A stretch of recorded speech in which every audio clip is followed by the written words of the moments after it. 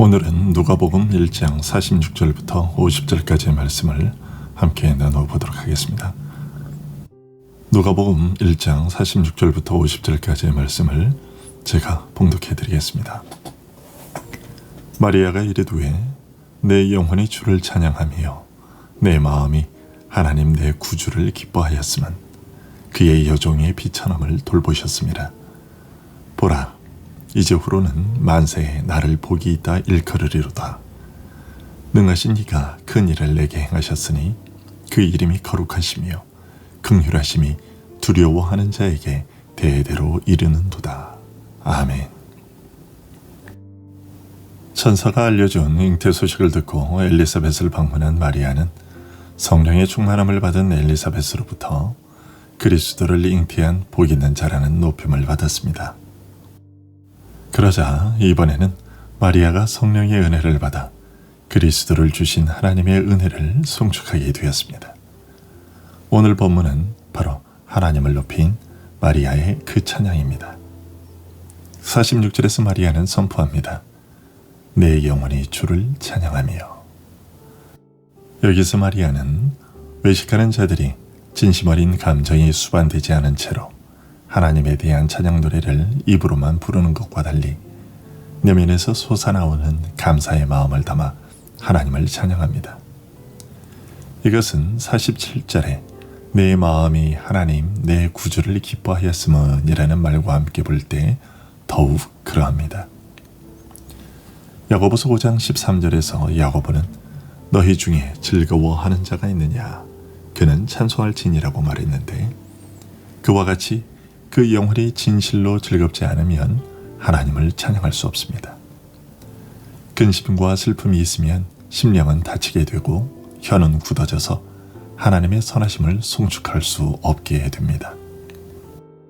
그런데 마리아의 영혼은 하나님께서 주신 은혜로 말미암아 기쁨으로 충만했고, 그래서 그녀의 마음은 열려 하나님을 찬송하게 되었습니다. 그러면 그녀의 영혼을 기쁘게 만들어 주었던 것은 무엇일까요?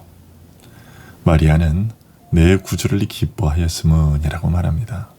즉, 하나님께서 자신의 구주라는 사실로 인하여 기뻐했던 것이죠. 이것은 진실입니다. 사람들의 마음은 하나님을 구주로 인식하기 전까지는 참되고 온전한 기쁨을 누릴 수 없고 의심과 염려에 붙잡혀 있을 수밖에 없습니다. 사람의 영혼을 기쁨으로 충만하게 하는 것은 오직 아버지이신 하나님의 인자하심과 거기로부터 흘러나오는 구원뿐입니다. 한마디로 말해서 믿는 자들이 찬양하기 위해 먼저 필요한 것은 하나님 안에서 구원을 가지고 있다는 것을 즐거워하는 것입니다. 그렇게 하나님을 인자하신 아버지로 체험하고 나서야 감사로 하나님께 제사를 드릴 수 있게 됩니다. 우리가 예배를 드리며 찬송을 부를 때에는 늘 이 사실을 염두에 두고 있어야만 합니다. 우리의 찬양이 입술로 부르는 형식적인 노래에 그치지 않고 찬양이 되도록 하기 위해서는 우리에게 인자를 베푸시는 하나님에 대한 인식이 출발점이 되어야 하고 과정이 되어야 하며 결과가 되어야 합니다.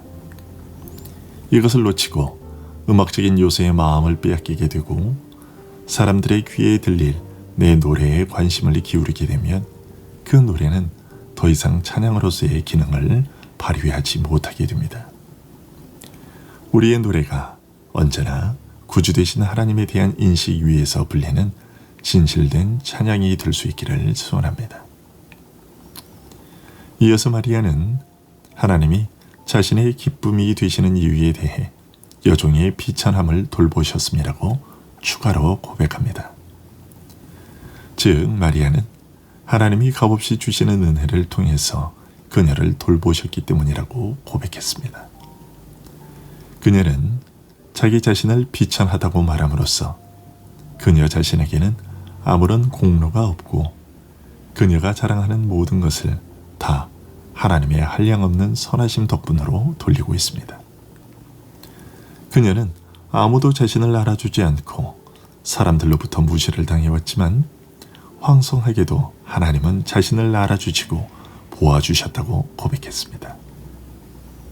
마리아가 이런 사실을 고백하는 이유는 즉 자신의 이전의 비참한 처지와 존귀하게 된 지금의 모습을 대조하고 있는 이유는 그녀 자신은 아무것도 아니고 오직 하나님만이 찬송을 받으실 분이라는 것을 나타내기 위해서입니다.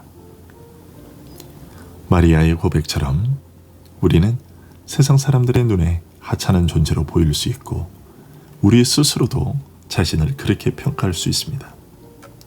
하지만 하나님은 우리를 세상과는 다른 눈으로 바라보십니다. 그분은 이 세상에 가치 있다 여기는 것의 소유 여부로 우리를 판단하지 않으시고 우리 안에 하나님을 향한 사랑과 그리스도를 의지하는 믿음을 보시고 우리를 판단하십니다. 우리 안에 그것이 있기만 하다면 하나님은 이 세상의 존귀한 자들보다 나를 더 가치 있게 여기십니다. 그러나 더욱 놀라운 것은 내 안에 있는 하나님을 향한 사랑의 마음과 그리스도를 의지하는 믿음을 하나님께서 선물로 주셨다는 것입니다. 마리아가 자신을 비천하다라고 말했던 것처럼 우리는 하나님으로부터 그 선물들을 받을 만한 자격을 갖추고 있지 못한 죄인인데도 불구하고 하나님은 그것들을 선물로 주셨습니다. 마리아는 이런 사실을 알고서 기뻐했던 것이고 그 기쁨이 하나님을 찬양하게 만들었던 것입니다. 이런 이유로 마리아가 48절에서 보라 이제후로는 만세에 나를 복이 있다 일컬으리로다 라고 고백했던 것이고 우리는 그것이 또한 우리의 고백이기도 하다라고 말할 수 있는 것입니다. 마리아는 자신의 복이 하나님이 자격 없는 그녀를 돌보아 주셨기 때문이라고 고백합니다. 하지만 교황주의자들은 48절의 이 말을 잘못 이해하여 후대의 사람들이 마리아를 높이 찬송하며 떠받들어야 할 존귀한 자임을 선포하고 있는 것으로 받아들였습니다. 심지어 그들은 마리아의 권위를 그리스도의 권위 위에 놓는 망발까지 서슴지 않았습니다. 그들이 즐겨 부르는 마리아 찬가에는 성부께 간구하여 주시고 성자께 명하여 주소서라는 제목의 노래가 있기 때문이지요. 하지만 오늘 본문의 마리아의 고백은 그녀에게 주어진 모든 영광이 하나님의 인자하신 역사 덕분이라고 선포하고 있는 것으로서 교황주의자들의 그 모든 말들을 단칼에 베어버리고 있습니다. 만일 누군가가 마리아에게 그리스도를 잉태하는 복을 받은 당신에게 주어진 본분은 무엇이라고 생각하십니까? 라고 질문했다면 아마도 그녀는 이렇게 답했을 것입니다. 지금 저에게 주어진 본분은 오직 기이한 일들을 행하신 하나님의 이름만을 찬송하는 것입니다. 하지만 그렇다고 해서 우리가 마리아를 일반 보통 사람처럼 취급하는 것은 아닙니다. 마리아는 우리에게 존귀한 교사의 역할을 하고 있습니다. 마리아는 오늘 본문의 찬송을 통해 우리가 하나님을 어떻게 높이며 찬양해야 하는지를 알려주고 있고 우리에게 베풀어진 하나님의 긍휼과 사랑과 인자하심을 가르쳐주고 있습니다. 그녀는 우리가 오직 하나님으로 인하여 기뻐하고 즐거워해야 한다는 것을 가르쳐주고 있습니다. 뿐만 아니라 그녀에게나 우리에게 베풀어진 모든 것들 중에 하나님으로부터 나오지 않은 것은 없다는 것을 알려줍니다. 49절에서 그녀는 능하신 이가 큰 일을 내게 행하셨으니 라고 고백합니다. 이처럼 마리아는 우리에게 많은 신앙의 자세들과 깨달음을 주고 있으며 그런 면에서 마리아는 우리에게 좋은 교사입니다. 하지만 그럼에도 불구하고 그녀는 결코 우리의 찬양이나 섬김의 대상이 아니며 중보의 대상도 아닙니다. 이어서 마리아는 하나님에 대해 그 이름이 거룩하시며 라고 찬송합니다.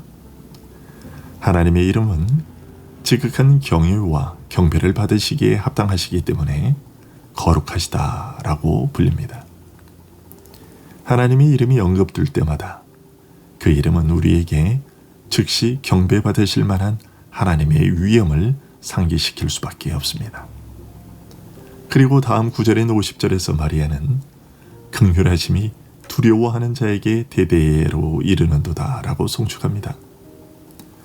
이 고백은 창세기 17장 7절에 내가 내 언약을 나와 너 및 내 대대 후손 사이에 세워서 영원한 언약을 삼고 라는 말씀과 신명기 7장 9절에 그를 사랑하고 그의 계명을 지키는 자에게는 천대까지 그의 언약을 이행하시며 인애를 베푸시되 라는 말씀 속에 나타난 수학 공식처럼 주어진 하나님의 언약에서 나온 것입니다. 하나님께서는 이런 말씀들을 통해 자신이 늘 한결같으실 것이라고 선언하실 뿐만 아니라 자기 백성을 향하여 그들이 죽은 후에도 계속해서 그들의 자녀들과 그 자녀들의 자녀들을 비롯해서 그들의 모든 후손들을 사랑하셔서 은총을 베푸실 것이라는 뜻을 나타내셨습니다. 그리고 그 말씀하신 대로 아브라함의 자손들을 끊임없는 인자하심으로 대하셨습니다. 그 이유는 한 가지입니다. 하나님께서 그들의 조상 아브라함을 받으시고 은총을 베푸셔서 그와 영원한 언약을 맺으셨기 때문입니다. 그러나 그 언약에 나오는 진정한 아브라함의 자손은 오직 하나님을 진심으로 예배하는 자들, 곧 하나님을 경외하는 자들, 그의 아들 예수 그리스도를 믿는 자들입니다. 하나님의 은총은 그런 자들에게만 베풀어질 것이라고 하셨습니다. 그 약속대로 하나님은 성도들의 자녀들에게도 대대로 그의 긍휼하심을 베푸실 것입니다. 하지만 결코 외식하는 자들의 헛된 확신을 밑받침해 주는 그런 약속은 아닙니다. 믿음과 경건에서 떠난 자들이 아무리 하나님을 자신들의 아버지라고 자랑한다 할지라도 그것은 거짓되고 근거 없는 자랑일 뿐이기 때문입니다. 믿음과 경건에서 떠난 불신자들의 심령은 폭우가 와서 돌이 물에 잠긴다 할지라도 부드러워지지 않는 것처럼 하나님이 약속하시는 의와 구원은 딱딱하게 굳어진 그들의 마음을 뚫고 그 마음 중심에 도달하지 않습니다.